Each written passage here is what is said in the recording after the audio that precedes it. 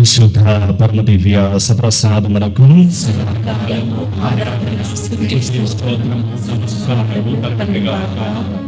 పరిశుద్ధ పరమ దివ్య సప్రసాదమునకు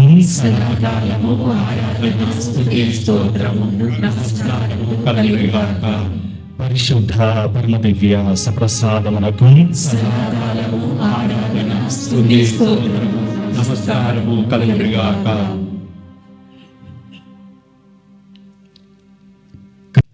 దివ్య సప్రసాద రూపంలో ఉన్న ప్రభువు నీ కోసం నా కోసము ఏమి చేయగలడో ఒకసారి జ్ఞాపకం చేసుకుందాం.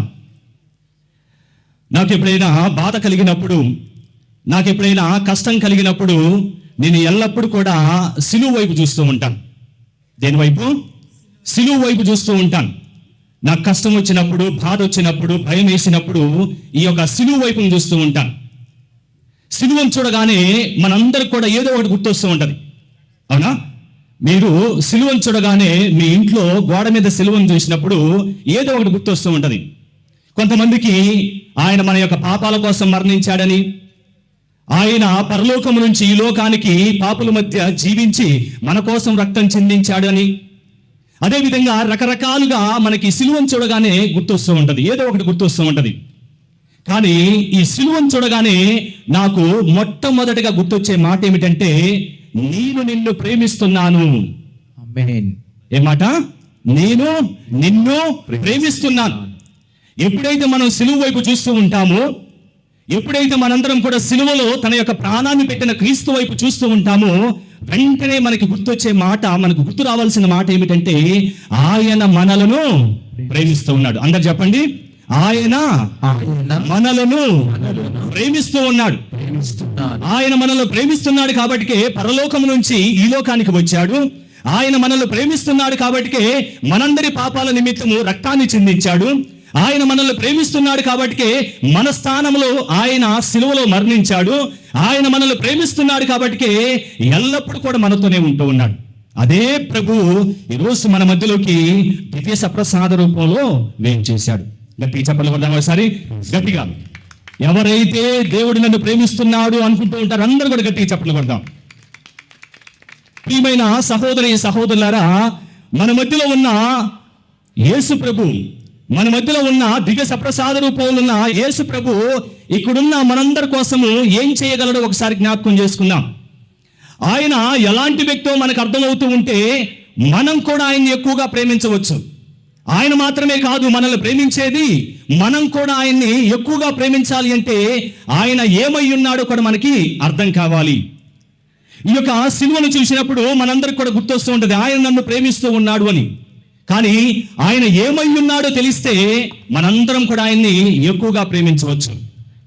ప్రియమైన సహోదరి సహోదరులారా, మన మధ్యలో ఉన్న దేవుడు ఎలాంటి దేవుడు అంటే, పాడైపోయిన మన జీవితాలను బాగు చేయగల దేవుడు. ఏం చేయగలడు? పాడైపోయిన మన జీవితాలన్నిటిని కూడా బాగు చేయగల దేవుడు మన మధ్యలో ఉన్న దేవుడు. మీరందరూ కూడా గమనించండి, ఒకవేళ పాపం చేత మన జీవితాలు పాడైపోయినప్పుడు, పాపం చేత మన జీవితాలు దేవుడికి దూరం అయిపోయినప్పుడు, పాపం చేత మనందరం కూడా అంధకారంలో ఉన్నప్పుడు, ఆ జీవితాలన్నిటిని కూడా ఆయన ఏం చేయగలడు అంటే బాగు చేయగలడు. అలాంటి దేవుడు మన మధ్యలో ఉన్నాడు. మీరు బైబిల్లో గమనించండి, పరిశుద్ధ గ్రంథంలో గమనించండి, జక్కయ్య జీవితం పాపం చేత పాడైపోయినప్పుడు, అదేవిధంగా తప్పిపోయిన కుమారుడు పాపం చేత దేవుడికి దూరం అయినప్పుడు, అదేవిధంగా వ్యభిచారంలో పట్టుబడ్డ స్త్రీ యొక్క జీవితం పాపం చేత పాడైపోయినప్పుడు, వారందరి జీవితాలను ఎవరు బాగు చేశారు? యేసు ప్రభు బాగు చేశాడు. కానీ ఇక్కడ ఒక కండిషన్ ఉంటుంది. ఏమిటి అదంటే, మన ఇంట్లో ఏదైనా ఒక వస్తువు పాడైపోయినప్పుడు ఆ వస్తువు ఇంట్లో ఉంటే బాగుపడిద్దా? కాదు. దాన్ని ఎవడైతే రిపేర్ చేస్తూ ఉంటారో వారి దగ్గరకు తీసుకొని వెళ్ళాలి. ఈరోజు మన జీవితాలు కూడా ఆయన దగ్గరికి వచ్చినప్పుడు, మనందరం కూడా ఆయన శరణు వేడుకున్నప్పుడు, మనందరం కూడా మన పాపం నుంచి ఆయన దగ్గరకు వచ్చినప్పుడు మన జీవితాలను కూడా బాగు చేయగలడు. పాప సంగీతం ద్వారాగా దేవుడు మన పాపాలన్నిటిని కూడా మన్నించగలడు. అంటే మన మధ్యలో ఉన్న దేవుడు ఎలాంటి దేవుడు అంటే, పాడైపోయిన మన జీవితాలను బాగు చేయగల దేవుడు. అందుకే ఈరోజు మనందరం కూడా ఈ యొక్క క్రీస్తు జయంతి వేడుకల్లో ఉంటూ ఉండగా మన జీవితాలు పాపం చేత పాడైపోయినప్పుడు మనందరం కూడా మంచి పాప సంగీతం చేయటానికి ఇది ఒక గొప్ప అవకాశం.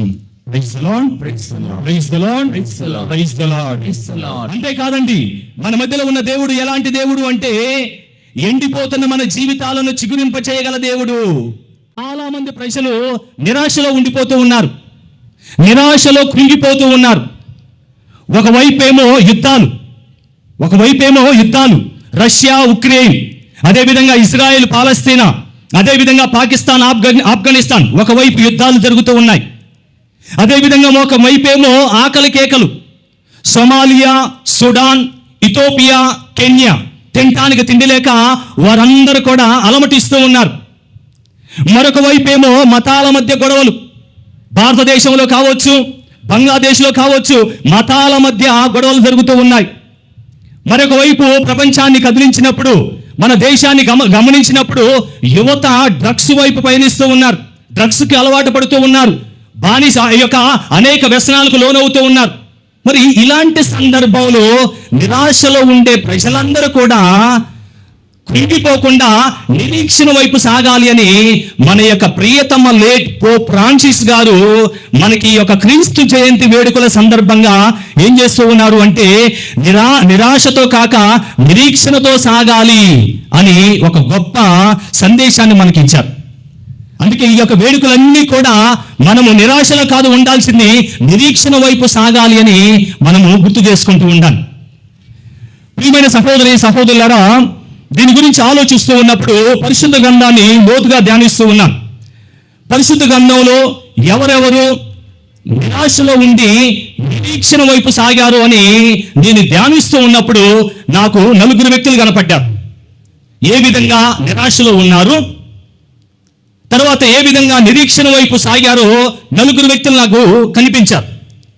వారి యొక్క మాటలను ఒకసారి మీకు గుర్తు చేస్తాను. నిరాశ ఏ విధంగా ఉంటుందో ఒకసారి చూడండి. ఒక వ్యక్తి అంటాడు, పరిశుద్ధ గ్రంథంలో ఒక వ్యక్తి అంటాడు ఏమని, ప్రభు ఈ బాధలు ఇక చాలు, నా ప్రాణములను తీసుకోను. ఎవరన్నారు ఈ మాటలు? ఎవరన్నా చెప్పగలరా? ఒక వ్యక్తి అంటూ ఉన్నాడు ఏమని, ప్రభు ఈ బాధలు ఇక చాలు, నా ప్రాణములను తీసుకోను. ఒక వ్యక్తి నిరాశతో ఈ మాటలు అంటూ ఉన్నాడు. ఇంకొక వ్యక్తి అంటూ ఉంటాడు ఏమని, నీవు నా ఎడల ఇంత క్రూరంగా ప్రవర్తించడం కంటే నా మీద కరుణ కలిగి నన్ను చంపటమేలు. చూడండి, ఇంకొక వ్యక్తి ఏమంటూ ఉన్నాడు, అయ్యా నన్ను చంపేయ్యా, నేను ఈ బాధలు భరించలేను అంటూ ఉన్నాడు.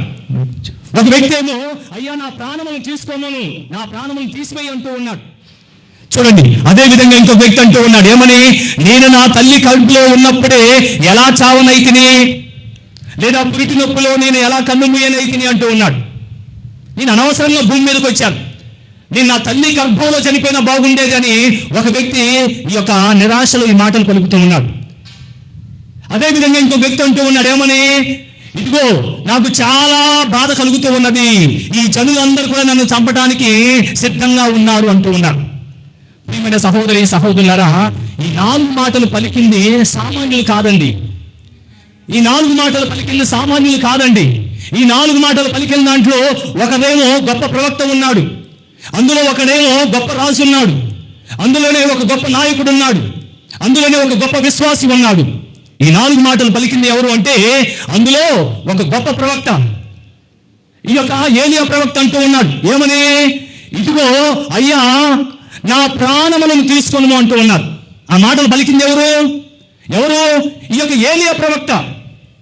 అదే విధంగా దావీదు మహారాజు అంటూ ఉన్నాడు ఏమని, అయ్యా ఈ బాధలు భరించలేవు, జనులందరూ కూడా నన్ను చంపడానికి చూస్తూ ఉన్నారు, చాలా బాధ కలుగుతూ ఉంది అన్నాడు. రాజు ఒకళ్ళ ప్రవక్త, ఒకళ్ళ రాజు. మోసే అంటూ ఉంటాడు ఏమని, అయ్యా నా ప్రాణములను నన్ను చంపు ప్రభువా, నేను ఈ బాధలు భరించలేను, ఈ జనులందరూ కూడా నా మీద తిరగబడుతూ ఉన్నారు, నన్ను చంపు, అదే నాకు మేలు అంటూ ఉన్నాడు. అదేవిధంగా యోబు అంటూ ఉన్నాడు, ఒక గొప్ప విశ్వాసి అంటూ ఉన్నాడు ఏమని, నేను నా తల్లి కడుపున ఉన్నప్పుడే ఎలా చావనైతిని. ఒక ప్రవక్త, ఒక రాజు, ఒక సేవకుడు, అదేవిధంగా ఒక నాయకుడు, వాళ్ళకి నిరాశ కలుగుతూ ఉన్నది. ఈరోజు ఇక్కడున్న మనలో కూడా ఇలాంటి నిరాశ అనేది ఏదో ఒక సందర్భంలో రావచ్చు. ఏదో ఒక సందర్భంలో మనందరం కూడా నిరాశ నుంచి వెళ్ళిపోతూ ఉంటాం. అలాంటప్పుడు ఈరోజు మనందరం కూడా ఏ విధంగా ఆ యొక్క నిరాశలో నుంచి నిరీక్షణ వైపు మనందరం కూడా పయనించాలో మీకు ఈ నలుగురు వ్యక్తుల్ని జ్ఞాపకం చేసుకుంటూ మీకు చాలా గొప్ప విషయాలను వివరించడానికి ప్రయత్నిస్తూ ఉంటాను. మొట్టమొదటిగా నిరాశ అంటే ఏమిటో ఒకసారి జ్ఞాపకం చేసుకున్నాం. ఈ 4 మాటలు విన్నప్పుడు మొట్టమొదటిగా మనకు అర్థమయ్యేది ఏమిటంటే నిరాశ. నిరాశ అంటే ఆశ లేకపోవటం. ఇక నా పరిస్థితి మారదు, ఇక నా పరిస్థితి మారదు. నిరాశ అంటే భవిష్యత్తులో మంచి జరిగిద్ది అనే నమ్మకం కోల్పోవటం. భవిష్యత్తులో మంచి జరిగిద్ది అనే నమ్మకం కోల్పోవటం. నిరాశ అంటే హృదయంలో శూన్యత. హృదయంలో శూన్యత, ఏమీ లేదు, నా బ్రతుకు అయిపోయింది. నిరాశ అంటే బ్రతకడానికి ఏమీ లేదు, బ్రతకడానికి ఏమీ లేదు. భవిష్యత్తులో ఆశ లేదు, బ్రతకడానికి ఆశ లేదు, హృదయంలో శూన్యత. అదే విధంగా అంతా కూడా చీకటి కలుముకొని ఉంటూ ఉన్నది.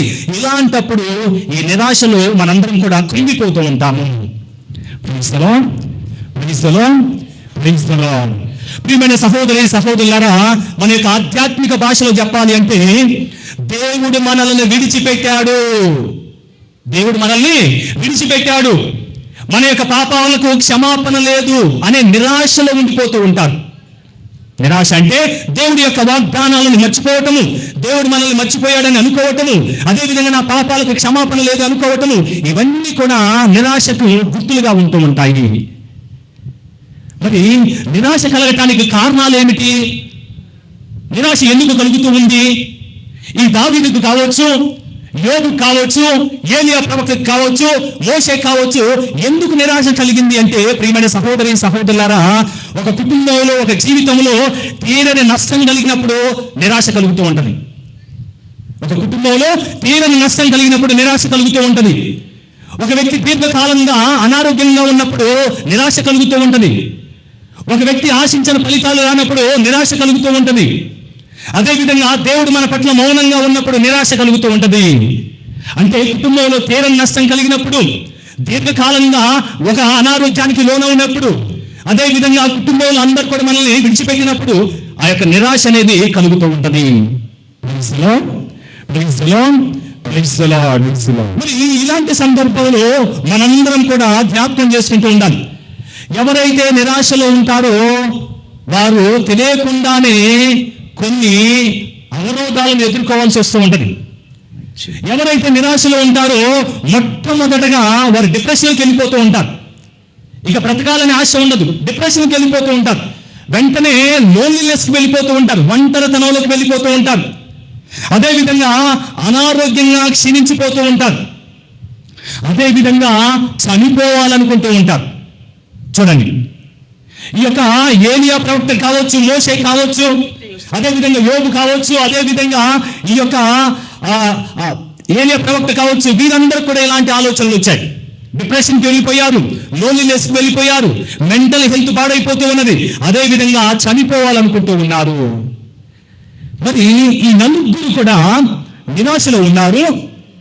నిరాశలో ఉన్న వీళ్ళు ఏ విధంగా నిరీక్షణ వైపు వెళ్ళారో కూడా జ్ఞాపకం చేసుకోవాలి. అది మనకు ముఖ్యమైనది. నిరాశలో ఉన్న వీళ్ళు ఏ విధంగా నిరీక్షణ వైపు కొనసాగించారో అది మనకు అర్థమైతే రానున్న జీవితంలో మనం కొన్నిసార్లు ఒంటరిగా ఉన్నప్పుడు, కొన్నిసార్లు మనం నిరాశకు లోనైనప్పుడు, కొన్నిసార్లు కుటుంబంలో జరగని నష్టం జరిగినప్పుడు, కొన్నిసార్లు మనకు తెలియకుండానే బాధలు మనల్ని వెంటాడుతూ ఉన్నప్పుడు మనం కూడా అదే నిరాశలో నుంచి నిరీక్షణ వైపు మనం కూడా పయనించవచ్చు. ధ్యానించుకుందామా? ఈ యొక్క నలుగురు వ్యక్తులను ధ్యానించుకున్నాం. మొట్టమొదటిగా ప్రియమైన సహోదరులారా, చాలా ఇంట్రెస్టింగ్గా ఉంటుంది. ఏలియా ప్రవక్త ఒకానొక సందర్భంలో ఏమంటాడు? మొదటి రాసిన గ్రంథము 19:4 ప్రభు ఈ బాధలిక చాలు, నా ప్రాణములను తీసుకొను అంటూ ఉంటాడు. మరి ఏలియా ఎవరు అని ఒకసారి జ్ఞాపకం చేసుకుంటే, ఏలియా అత్యంత శక్తివంతుడు, ధైర్యవంతుడు, విశ్వాసపాత్రుడు, పవిత్రమైన వ్యక్తి. పరిశుద్ధ గ్రంథాలను మనం పరిశీలించినప్పుడు ఏలియా ఎలాంటి వాడు అంటే అత్యంత శక్తివంతుడు, ధైర్యవంతుడు, శక్తివంతుడు, పవిత్రమైన వ్యక్తి, విశ్వాసపాత్రుడు. మరి ఇలాంటి వ్యక్తిలోనే ఏం కలిగింది? నిరాశ కలిగింది. ఏం కలిగింది? నిరాశ కలిగింది. దేవుడి బిడ్డకే నిరాశ కలిగింది. ఏలియా ప్రవక్తకే నిరాశ కలిగింది. మన జీవితంలో కూడా మనకి నిరాశ కలుగుతూ ఉంటుంది. మరి ఇలాంటి వ్యక్తి ఒకసారి అతని జీవితంలో దేవుడు చేసిన గొప్ప కార్యాలను కూడా ఒకసారి జ్ఞాపకం చేసుకున్నాం. దేవుడు ఏలియాని ఏం చేశాడు? ఆశీర్వదించాడు, కాకుల ద్వారా పోషించాడు, సరేఫతు విధవరాలు కుటుంబాన్ని ఆశీర్వదించాడు. కార్మల్ పర్వతం పైన 850 మంది ప్రవక్తలను ఓడించి వారిని చంపేశాడు. అంత శక్తివంతుడు, అంత బలవంతుడు, అంత దేవుని బిడ్డ, అంత విశ్వాసపాత్రుడైన ఏలియా కూడా ఏమంటూ ఉన్నాడు, అయ్యా ఇక నాకు బ్రతకటము ఇష్టం లేదు, నన్ను చంపేయి అంటూ ఉన్నాడు. నన్ను చంపేయి అంటూ ఉన్నాడు. కారణం ఏమిటి? ప్రియమైన సహోదరి సహోదరులారా, కారణం చూస్తే చిన్నగా ఉంటది. ఈ యొక్క ఆహాబు రాజు యొక్క భార్య యెజెబెలు ఒక మాట అంటూ ఉంటది. ఆ మాటను ఒకసారి మనందరం కూడా నెమరు వేసుకున్నాం. 19:2 ఈ విధంగా అంటది. ఏమని? ఈ యొక్క ఏలియా ఎప్పుడైతే ఈ యొక్క 850 మంది కపట ప్రవక్తలను చంపిన తర్వాత ఆమె కోపంతోని ఒక దూతను పంపిస్తూ ఈ విధంగా అంటూ ఉంటది. ఆమె ప్రవక్త వద్దకు దూతను పంపి, నీవు మా ప్రవక్తలను వధించినట్లే రేపు ఈ పాటికి నేను నిన్ను వధింపలేని దేవదూతలు నా ప్రాణములను బలికొందురుగాక అనే వార్తను పంపించింది. ఏమని పంపించింది? ఒక దూతను పంపిస్తూ ఉన్నది. ఎవరి దగ్గరికి? ఈ యొక్క ఏలియా ప్రవక్తల దగ్గరికి. ఏమని? నువ్వు 850 మందిని నా ప్రవక్తలను చంపావు. నువ్వు 850 మందిని చంపే వాటికి రేపు ఈ పాటికి నేను నిన్ను చంపకపోతే నేను కూడా నా దేవదూతలు నన్ను కూడా చంపునుగా కానీ శపథం చేసింది. ఒక శపథానికే ఈ యొక్క ఏలియా ప్రవక్త యొక్క గుండె జారిపోయింది. కానీ అప్పటిదాకా దేవుడు చేసిన అద్భుతాలను మర్చిపోయాడు. దేవుడు ఏ విధంగా తనను నడిపించాడో మర్చిపోయాడు. కాకుల ద్వారా పోషింపబడ్డాడు. సరేపతి కుటుంబాన్ని ఆశీర్వదించాడు. అదేవిధంగా 850 మంది ప్రవక్తలను చంపడానికి గొప్ప శక్తిని ఇచ్చిన ఆ దేవుణ్ణి మర్చిపోయి ఒకే ఒక వార్నింగ్కి అతడు భయపడిపోయాడు. ప్రియమైన సహోదరి సహోదరులారా, ఈ యొక్క ఏలియా ప్రవక్త వెంటనే నిరాశలోకి వెళ్ళిపోయాడు. మన జీవితంలో కూడా చాలా సందర్భాలు ఇదే జరుగుతూ ఉంటుంది. దేవుడు చేసిన అనేక అద్భుతాలను మనందరం కూడా గుర్తు చేసుకుంటూ సడన్ గా చిన్నపాటి కష్టానికి, చిన్న బాధకు, లేకపోతే జరగరాని సంఘటన ఏదైనా జరగగానే నిరాశలోకి వెళ్ళిపోతూ ఉంటాం. కానీ ఇక్కడ ఏలియా ప్రవక్త నిరాశలోకి వెళ్ళిపోయినా కానీ మనం గనుక జ్ఞాపకం చేసుకున్నట్లయితే నిరాశలో అతడు వేరే వాళ్ళ దగ్గరికి వెళ్ళలేదు. నిరాశలో దేవునికి దూరంగా వెళ్ళిపోలేదు. నిరాశలో వేరే వాళ్ళ దగ్గరికి వెళ్ళి తన బాధను వెళ్ళబుచ్చలేదు. ఎవరి దగ్గరికి వెళ్ళిపోయాడు అంటే, ప్రియమైన సహోదరి సహోదరులారా, మనందరం గమనించినట్లయితే దేవుడి దగ్గరికి వెళ్ళిపోయి దేవునికి ఏం చేస్తూ ఉన్నాడు? ప్రార్థిస్తూ ఉన్నాడు. అంటే నిరాశలో ఉన్నప్పుడు మనందరం కూడా చేయాల్సింది ఏమిటంటే, ఆ ఇంటికి ఈ ఇంటికి వాళ్ళ దగ్గరికి వీళ్ళ దగ్గరికి కాదండి వెళ్ళాల్సింది. మనం వెళ్ళాల్సింది ఎవరి దగ్గరికి? దేవుడి దగ్గరికి వెళ్ళాలి. దేవుడి దగ్గర మన యొక్క బాధను వెళ్ళబుచ్చాలి. దేవుడి దగ్గర మన యొక్క కన్నీటిని వెళ్ళబుచ్చాలి. అప్పుడు దేవుడు ఏం చేస్తూ ఉంటాడు? శక్తిని ఇస్తూ ఉంటాడు. ఈ యొక్క ఏలియా కూడా అదే ఇచ్చాడు. ఏం చేశాడు తర్వాత? దేవుడు అతన్ని శారీరకంగా ఆకలిని ఇచ్చాడు, మానసికంగా విశ్రాంతినిచ్చాడు, దేవదూతల యొక్క భద్రతలో ఉంచాడు, నడిపించాడు, మాట్లాడించాడు, మార్గనిర్దేశం చేశాడు. చూడండి, దేవుడితో మాట్లాడిన తర్వాత, దేవుడితో మాట్లాడి తన యొక్క బాధను వెల్లబుచ్చిన తర్వాత దేవుడు ఏం చేశాడు? అతన్ని శారీరకంగా, మానసికంగా అతనికి కావాల్సిన విశ్రాంతిని, ఆహారాన్ని ప్రసాదించి దేవదూతల యొక్క భద్రతలో ఉంచి నడిపించి తనతో మాట్లాడాడు. చెప్పగలుగుతాం సరే గట్టిగా. కాబట్టి ప్రియమైన సహోదరి సహోదరులారా, మత్తయి సువార్త 11:28 భారం చేయాల్సి ఉన్న సమస్య జనులారా నా ఎద్దుకు రండి, నేను మీకు విశ్రాంతినిస్తానంటూ ఉన్నాడు. ఏ బాధ అయినా సరే, ఏ కష్టమైనా సరే, ఏ కన్నీళ్ళైనా సరే మనం వెంటనే వెళ్ళాల్సింది దేవుడి దగ్గరికి తప్ప లోకం వైపు కాదు. లోకం వైపు చూస్తే నిరాశ కలిగిద్ది, కానీ దేవుని వైపు చూస్తే మనకి నిరీక్షణ కలుగుతూ ఉంటుంది, ఆశ కలుగుతూ ఉంటది. అందుకే ప్రియమైన సహోదరి సహోదరులారా, అగస్టిన్ గారు ఒక మాట అంటూ ఉంటారు, మనకి తెలిసినా తెలియకపోయినా ప్రార్థించేవారు ఎప్పుడు కూడా దేవుడికి సమీపంగా ఉంటారు. ప్రార్థించేవారు ఎవరికి దగ్గరగా ఉంటారంట? దేవునికి సమీపంగా ఉంటారు. ప్రియమైన సహోదరి సహోదరులారా, సమయం లేదు కాబట్టి ఇంకొక వ్యక్తిని మీకు పరిచయం చేసి తర్వాత ముగించడానికి ప్రయత్నిస్తూ ఉంటాను. 4 వ్యక్తుల్లో 2వ వ్యక్తి మోషేని గమనించండి. ఎవరు? మోషే. అతనేమో ప్రవక్త, ఏలియా ఏమో ప్రవక్త, మోషే ఏమో గొప్ప నాయకుడు. కానీ ఈ యొక్క గొప్ప నాయకుడికి కూడా ఏం కలుగుతూ ఉందంటే నిరాశ కలుగుతూ ఉన్నది. సంఖ్యాకాండము 11:15 ఈ విధంగా రాయబడి ఉన్నది. ఏమని? నీవు నా ఎడల ఇంత క్రూరంగా ప్రవర్తించడం కంటే నా మీద కరుణ కలిగి నన్ను చంపుట మేలు. ఏమంటూ ఉన్నాడు? నన్ను చంపుట మేలు ప్రభువా. మరి మోషే ఎలాంటి వాడు? ఒకసారి జ్ఞాపకం చేసుకున్నాం. మనకి ఏలియా ఎలాంటి వాడో తెలుసు. శక్తివంతుడు, విశ్వాసపాత్రుడు, నమ్మకస్తుడు, అదే విధంగా దేవునికి దగ్గర ఉన్నవాడు.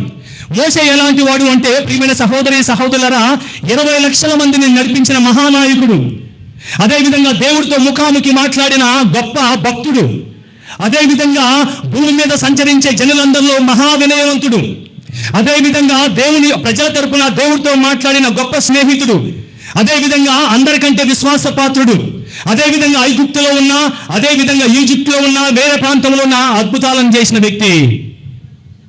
చూడండి, మహానాయకుడు, 20 లక్షల మందిని నడిపించిన వాడు, దేవుడితో ముఖాముఖి మాట్లాడిన వాడు, ప్రజల తరపున ఆ దేవునికి విజ్ఞాపన చేసిన వ్యక్తి, అదేవిధంగా వినయవంతుడు, అదేవిధంగా అద్భుతాలను చేసిన వ్యక్తి ఒకేసారి ఏమైపోతూ ఉన్నాడు?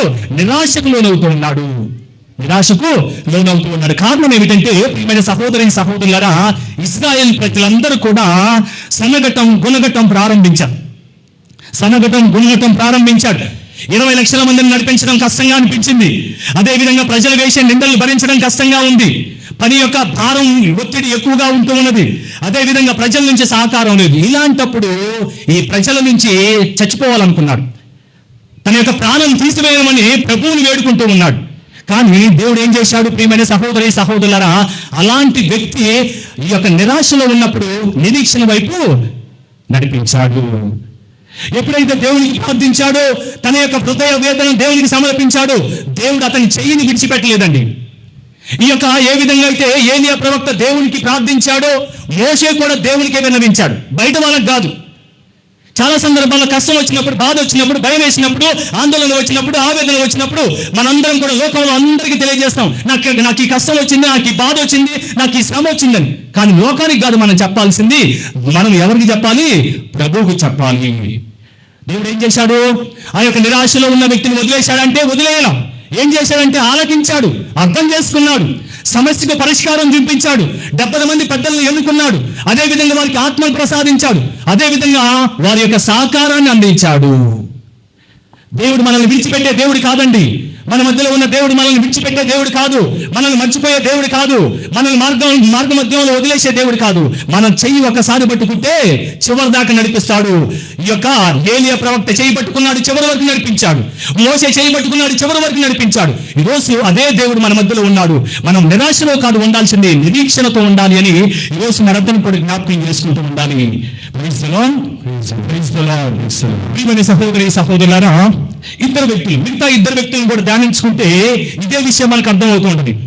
అయితే ఈ 4 వ్యక్తులు కూడా చేసింది ఒకటే. అదే చివరగా మీకు చెప్పాల్సింది. ఈ 4 వ్యక్తులు కూడా చేసింది ఒకటే. ఏమిటి అంటే, కష్టం వచ్చినా, బాధ వచ్చినా, భయం వేసినా వారు వెళ్ళింది, మాట్లాడింది ప్రభువుతోని. ఈరోజు మన జీవితంలో కూడా ఎప్పుడైనా, ఈరోజే కాదు, ఎప్పుడైనా, ఏ క్షణమైనా మనం ఒంటరిగా ఉన్నా, మనం ఆందోళనలో ఉన్నా, మనం మాట్లాడాల్సింది, మనం వెళ్ళాల్సింది ప్రభు దగ్గరికి. మరి ఏం చేయాలి అంటే, ప్రార్థించే అలవాటు మనకు ఉండాలి. సహోదరులారా, ఇక్కడున్న మీరందరూ గమనించండి. మన ప్రార్థన మనకు అలవాటుగా ఉంటుందా, అవసరంగా ఉంటుందా? మన ప్రార్థన మనకి అలవాటుగా ఉంటుందా, అవసరంగా ఉంటుందా అని ఒకసారి జ్ఞాపకం చేసుకుంటే, చాలా సందర్భాల్లో మన ప్రార్థన మనకి ఎలా ఉంటుంది అంటే, అది అలవాటుగా కాకుండా అవసరంగా ఉంటుంది. అలవాటు అంటే హ్యాబిట్, అవసరం అంటే నీడ్. అలవాటు అంటే హ్యాబిట్. ప్రతిరోజు మనము లేవగానే ఏం చేస్తాము? మొబైల్ చూస్తాం. అదేంటి? అలవాటు, అవసరమా? అలవాటు. అదేవిధంగా చివరిసారిగా పనుకునే ముందు చూసేది ఏమిటి? మొబైల్. అది అలవాటా, అవసరమా? అలవాటు. అదేవిధంగా ఆ మధ్యలో మేలుకో రాగానే మనం చూసేది ఏమిటి? మొబైల్. అది అలవాటా, అవసరమా? అలవాటు. అదేవిధంగా రోజుకి ఒకసారి ఎవరి గురించి అన్న, వేరే వాళ్ళ గురించి మాట్లాడకపోతే మనకు నిద్ర రాదు. అది అలవాటా, అవసరమా? అలవాటు. ఇలాంటి అలవాట్లు మనకు ఉన్నప్పుడు అవసరాన్ని కూడా ఒకసారి జ్ఞాపకం చేసుకున్నాం. మన ఇంట్లో ఎవరికైనా బాగలేదు, మన ఇంట్లో ఎవరైనా అనారోగ్యంతో ఉన్నారు, వారందరినీ కూడా హాస్పిటల్కి తీసుకెళ్ళిన తర్వాత డాక్టర్ 2 చేతులు పైకెత్తినప్పుడు మనందరం కూడా ఏం చేస్తాము? వెంటనే దేవాలయానికి వచ్చి, యేసయ్యా నువ్వే నా దేవుడువు, యేసయ్యా నువ్వు మాత్రమే రక్షించగల దేవుడువు, నువ్వు మాత్రమే స్వస్థపరచగల దేవుడు అని మనందరం కూడా దేవునికి మొరపెట్టుకుంటాం. అదేమిటి? అది అవసరం. మరి ఈరోజు ఇక్కడున్న మనందరం కూడా జ్ఞాపకం చేసుకుంటూ ఉండాలి. మన ప్రార్థన మనకు అలవాటుగా ఉంటుందా, అవసరంగా ఉంటుందా? ఈ యొక్క ఏలియా కావచ్చు, మోషే కావచ్చు, అదే విధంగా యోబు కావచ్చు, అదే విధంగా అనేక మందికి ప్రార్థన అలవాటుగా ఉంది కాబట్టి దేవుడు వారు చేయి విడిచిపెట్టలేదు. అందుకే వారు నిరాశలో ఉన్నా కానీ దేవుడు వారిని నిరీక్షణ వైపు నడిపించాడు. ఈరోజు మనకు ప్రార్థన అలవాటుగా ఉంటే దేవుడు మన చేయిని కూడా విడిచిపెట్టడు. ప్రార్థన మనకు అలవాటుగా ఉండాలి కానీ అవసరంగా ఉండకూడదు. చాలా సందర్భాలు మనందరం కూడా ఓసర వెళ్ళవలే ఉంటాం. మనందరం కూడా చాలా సందర్భాలు మన యొక్క క్రైస్తవ జీవితంలో గోడ మీద పిల్లా ఉంటాం. అవసరం ఉంటే దేవుడు, అవసరం లేకపోతే లోకము. అవసరం ఉంటే దేవుడు, అవసరం లేకపోతే లోకము. లోకంలో జీవిస్తాము, వ్యసనాలకు లోనవుతూ ఉంటాము. బాధ రాగానే, కష్టం రాగానే వెంటనే ఎవరు గుర్తొస్తూ ఉంటారు అంటే దేవుడు గుర్తొస్తాడు. కానీ ఏలియాకి, మోషేకి, అదే విధంగా ఈ యొక్క యోబుకి, దావీదుకి, వీరికి ప్రార్థన అలవాటుగా ఉంటుంది. అందుకే దేవుడు నిరాశలో ఉన్న వారిని నిరీక్షణ వైపు నడిపించాడు. చివరికి ఒక చిన్న కథ చెప్పి ముగిస్తాను. ఒకసారి అంట ప్రియమైన సహోదరులారా, ఒక వ్యక్తికి 2 భార్యలు 5 సంతానం. 2 భార్యలు 5 సంతానం. దీన్ని పోషించుకోవడం చాలా కష్టంగా ఉంది. ఎవరికి? ఈ యొక్క పేదవాడికి. మరి సహాయం కోసము రాజు దగ్గరికి వెళ్తూ ఉంటాడు. సహాయం కోసం రాజు దగ్గరికి వెళ్ళినప్పుడు రాజు ఏమో ప్రార్థన చేసుకోవడానికి దేవాలయానికి వెళ్ళాడు అని అక్కడ గేట్ కీపర్, సైనికుడు, ఆ యొక్క రక్షక భటుడు ఈ విధంగా సమాధానం చెబుతూ ఉంటాడు. ఆగండి, రాజు గారు ప్రార్థన చేసుకోవడానికి వెళ్ళారు, ఆయన వచ్చేంతసేపు మీరు వెయిట్ చేయండి అని చెప్పాడు. ఇప్పుడు ఆ యొక్క వ్యక్తి, గేట్ దగ్గర ఉన్న వ్యక్తికి ఒక ఆలోచన వచ్చింది. అదే నేనంటే పేదవాడిని కాబట్టి నాకు అవసరం ఉంది, రాజుకి ఏం అవసరం ఉందని ఎక్కడికి వెళ్ళాడు? దేవుడి దగ్గరికి వెళ్ళాడు అనే డౌట్ అతనికి కలిగింది. ఆ యొక్క సందేహం అతనికి కలిగింది. వెంటనే ఆ వ్యక్తి అంటూ ఉంటాడు, అది నన్ను కాదు అడగాల్సింది, నువ్వు దేవుని, ఆ యొక్క రాజుని అడుగు అంటూ ఉంటాడు. నువ్వు రాజుని కలిసినప్పుడు రాజుని అడుగు అంటూ ఉంటాడు. వెంటనే రాజు ప్రార్థన చేసుకుని దేవాలయం నుంచి బయటికి రాగానే ఈ యొక్క వ్యక్తి వెళ్ళి, అయ్యా ఇదిగో నాకు 2 భార్యలు, అదేవిధంగా 5 సంతానము, వీళ్ళని పోషించుకోవడం కష్టంగా ఉంది, నాకు సహాయం చేయమంటే రాజు మంచివాడు, మంచి గుణం కలిగిన వాడు కాబట్టి వెంటనే సహాయం చేశాడు. సహాయం చేసిన తర్వాత అతని మనసులో ఒక డౌట్ ఉండిపోయింది. అప్పుడు రాజుతో అంటూ ఉంటాడు, అయ్యా మీరు ఏమనుకోకపోతే మిమ్మల్ని ఒక డౌట్ అడగాలనుకుంటున్నాను అంటాడు. సరే అడుగు అంటాడు. ఏం లేదండి, నేనంటే పేదవాడిని కాబట్టి నేను మీ దగ్గరకు వచ్చాను. మీకు అన్ని ఉన్న మీరు దేవుడి దగ్గరికి ఎందుకు వెళ్ళారు? అన్ని ఉన్న మీరు దేవుడి దగ్గరికి ఎందుకు వెళ్ళారు అని అడుగుతూ ఉంటాడు. అప్పుడు రాజు అంటూ ఉంటాడు, ఇదిగో నేను దేవుడి దగ్గరికి ఎందుకు వెళ్ళాను అంటే నా కుటుంబాన్ని ఆశీర్వదించమని, నా రాజ్యాన్ని ఆశీర్వదించమని, శత్రువుల బారి నుంచి కాపాడమని ఈ విధంగా నేను దేవుడి దగ్గరికి వెళ్ళాను అన్నాడు. అప్పుడు ఇతనికి ఇంకో డౌట్ వచ్చింది. ఏమిటి ఆ డౌట్ అంటే, అరే నేనే అడుక్కునేవాడంటే రాజు కూడా అడుక్కునేవాడు. నేనే అడుక్కునేవాడంటే రాజు కూడా అడుక్కునేవాడు. ఈ అడుక్కోవటం ఏమిటో ఈ రాజు దగ్గర కాదు, నేను అడుక్కోవాల్సింది దేవుడి దగ్గర అడుక్కోవాలని ఆ రాజు ఇచ్చిన అన్ని కూడా వదిలేసి దేవుడి దగ్గరికి వెళ్ళాడు. చెప్పకపోతావా గట్టిగా? కాబట్టి ప్రియమైన సహోదరులారా, మన జీవితంలో ఎప్పుడు కూడా గుర్తుపెట్టుకోవాల్సింది ఏమిటంటే, మనకి ఏ అవసరం ఉన్నా కానీ మనము అన్ని గడపలుగా తొక్కాల్సిన గడప దేవుని యొక్క గడప. మనం తొక్కాల్సిన గడప దేవుని యొక్క గడప. అన్ని గడపలు దొక్కించిన తర్వాత దేవుడి గడప దొక్కటం కాదు, దేవుడి గడప దొక్కిన తర్వాత నువ్వు ఏ గడపకు దొక్కినా కానీ అందరు కూడా నీకు ఓపెన్ చేస్తూ ఉంటారు. దేవుని గడప దొక్కకుండా అన్ని గడపలు దొక్కినప్పుడు మనకి ఎలాంటి ఫలితము ఉండదు. ఇది మొట్టమొదటి మనం జ్ఞాపకం చేసుకుంటూ ఉండాలి. నిరాశలో నుంచి నిరీక్షణకు వెళ్ళాలంటే మనకి ప్రార్థన అలవాటుగా ఉండాలా, అవసరంగా ఉండాలా? బట్టి చెప్పండి. అలవాటుగా ఉండాలి, అవసరంగా కాదు. నిరీక్షణ వైపు వెళ్ళాలంటే ప్రార్థన అలవాటుగా చేసుకుంటూ ఉండాలి. ప్రియమైన సహోదరులారా, రెండవది మన యొక్క ప్రార్థనలో మనందరం కూడా జ్ఞాపకం చేసుకోవాల్సింది ఏమిటంటే, ఒక వ్యక్తి ఈ విధంగా అంటూ ఉంటాడు, దేవుని యొక్క సన్నిధిలో నీ మోకాళ్ళు నలగాలి, దేవుని యొక్క సన్నిధిలో నీ కన్నీళ్ళ నేలను తాకాలి, అప్పుడు దేవుని యొక్క వరాలు నీ మీదకి వస్తూ ఉంటాయి.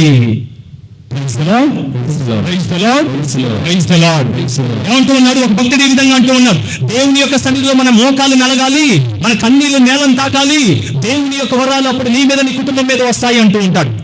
దాని అర్థం ఏమిటంటే, పూర్వకాలంలో మన తల్లిదండ్రులు కావచ్చు, మన యొక్క తాతలు కావచ్చు, మన అమ్మమ్మలు కావచ్చు, వాళ్ళు దేవాలయానికి వెళ్ళగానే ఏం చేసేవాళ్ళు? మొట్టమొదటిగా మోకాళ్ళు వేసి ప్రార్థన చేసేవాళ్ళు. ఏ విధంగా ప్రార్థన చేసేవాళ్ళు? కన్నీటితో ప్రార్థన చేసేవాళ్ళు. ఇప్పుడు మోకాళ్ళు వేసేవాళ్ళు లేరు, కన్నీటితో ప్రార్థన చేసేవాళ్ళు లేరు. ప్రియమైన సహోదరి సహోదరులారా, ఈ యొక్క ఏలియా ప్రవక్త కావచ్చు, మోషే కావచ్చు, అదే విధంగా యోబు కావచ్చు, కన్నీటితో ప్రార్థన చేశారు.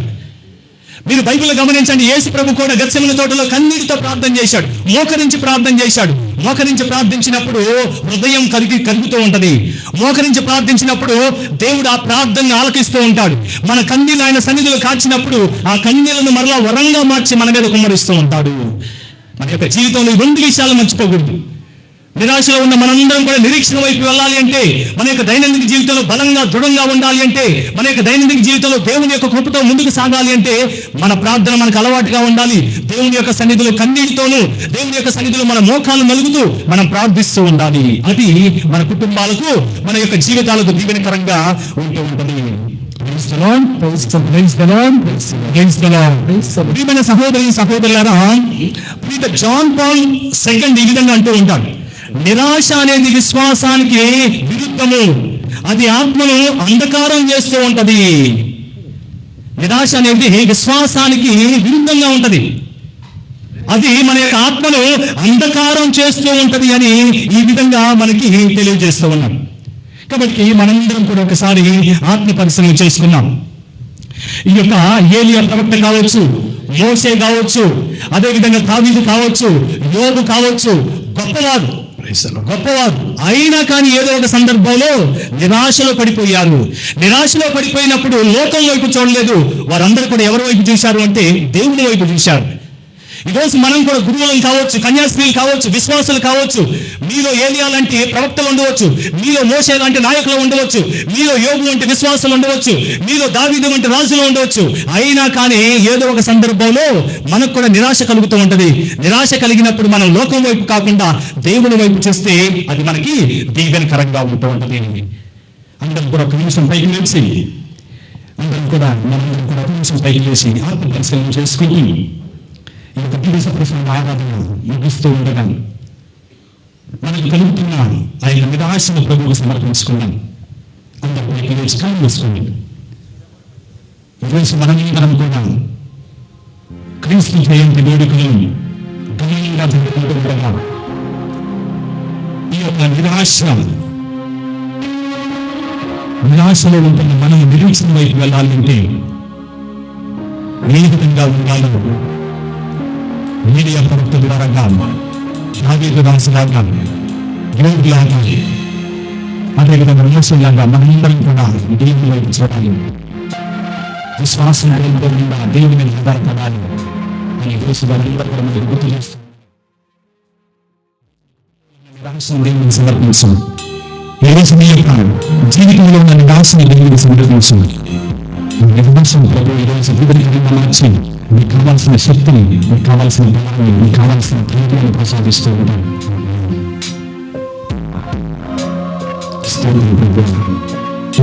ప్రతి మీకు సమర్పిస్తూ ఉండగా, ప్రతి హృదయాన్ని మీకు సమర్పిస్తూ ఉండగా, ప్రతి హృదయాంతరంగాలను మీకు సమర్పిస్తూ ఉండగా, మరి హృదయ అంతరంగాలలో ఉన్న నిరాశను మీకు సమర్పిస్తూ ఉండగా, మరి యొక్క ఆందోళన ఆవేదన మీకు సమర్పిస్తూ ఉండగా, మరి యొక్క కన్నీటిని మీకు సమర్పిస్తూ ఉండగా, మరి యొక్క భయాన్ని మీకు సమర్పిస్తూ ఉండగా,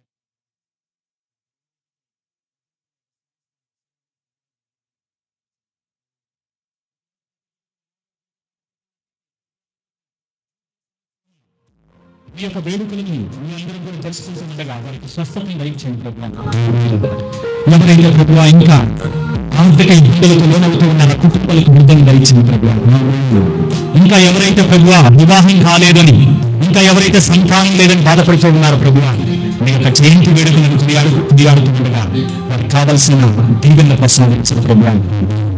ఇక్కడున్న ప్రాంతాన్ని, ఇక్కడున్న ప్రజలను, ఇక్కడున్న ప్రదేశాన్ని మీ ఆత్మీయులు సమర్పిస్తూ ఉండగా ప్రభువా, ఆత్మీయులను ప్రతి బిడ్డను కూడా ఆశీర్వదించండి.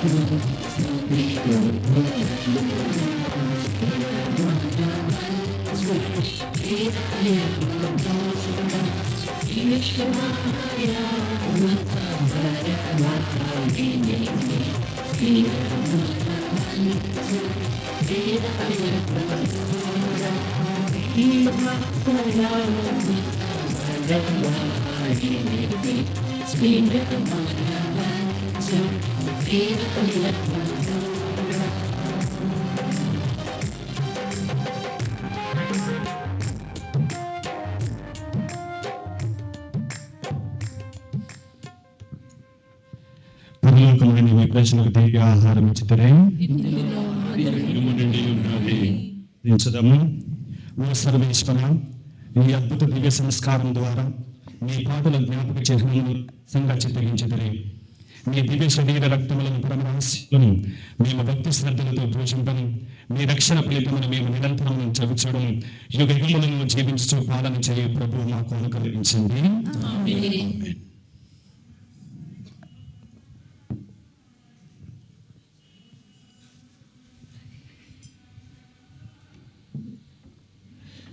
సర్వశక్తి గల సర్వేశ్వరుడు పిత, పుత్ర, పవిత్ర ఆత్మ మిమ్మలను మీ కుటుంబ సభ్యులను ఆశీర్వదించి సర్వదా కాచి కాపాడును గాక.